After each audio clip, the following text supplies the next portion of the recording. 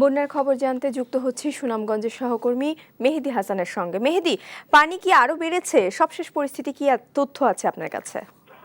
প্রিয়াঙ্কা, ধন্যবাদ আপনাকে।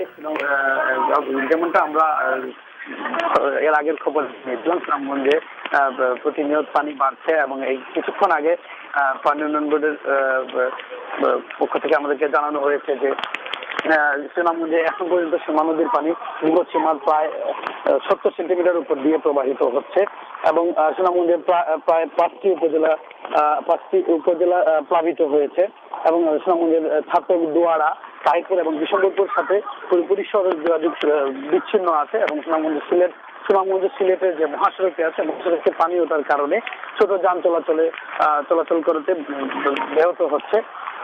এবং আপনি দেখতে পাচ্ছেন আমি এই মুহূর্তে দাঁড়িয়ে আছি সুনামগঞ্জের আরপিনগর এলাকায়, সুনামগঞ্জ পৌর শহরের আরপিনগর এলাকায়। এখানে কিছুক্ষণ আগেও পানি আরো কম ছিল, এখন প্রায় হাঁটুর উপরে পানি এবং হু করে পানি দিচ্ছে।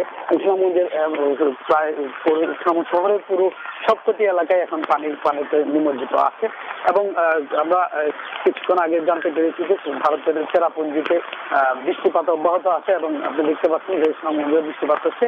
যদি এইভাবে বৃষ্টিপাত অব্যাহত থাকে তাহলে আরো বড় ধরনের বন্যার আশঙ্কা করছেন সুনামগঞ্জের স্থানীয় মানুষরা। প্রিয়াঙ্কা, ধন্যবাদ মেহেদী। দর্শক, সুনামগঞ্জ থেকে বন্যার তথ্য জানাচ্ছিলেন আমাদের সহকর্মী মেহেদী হাসান।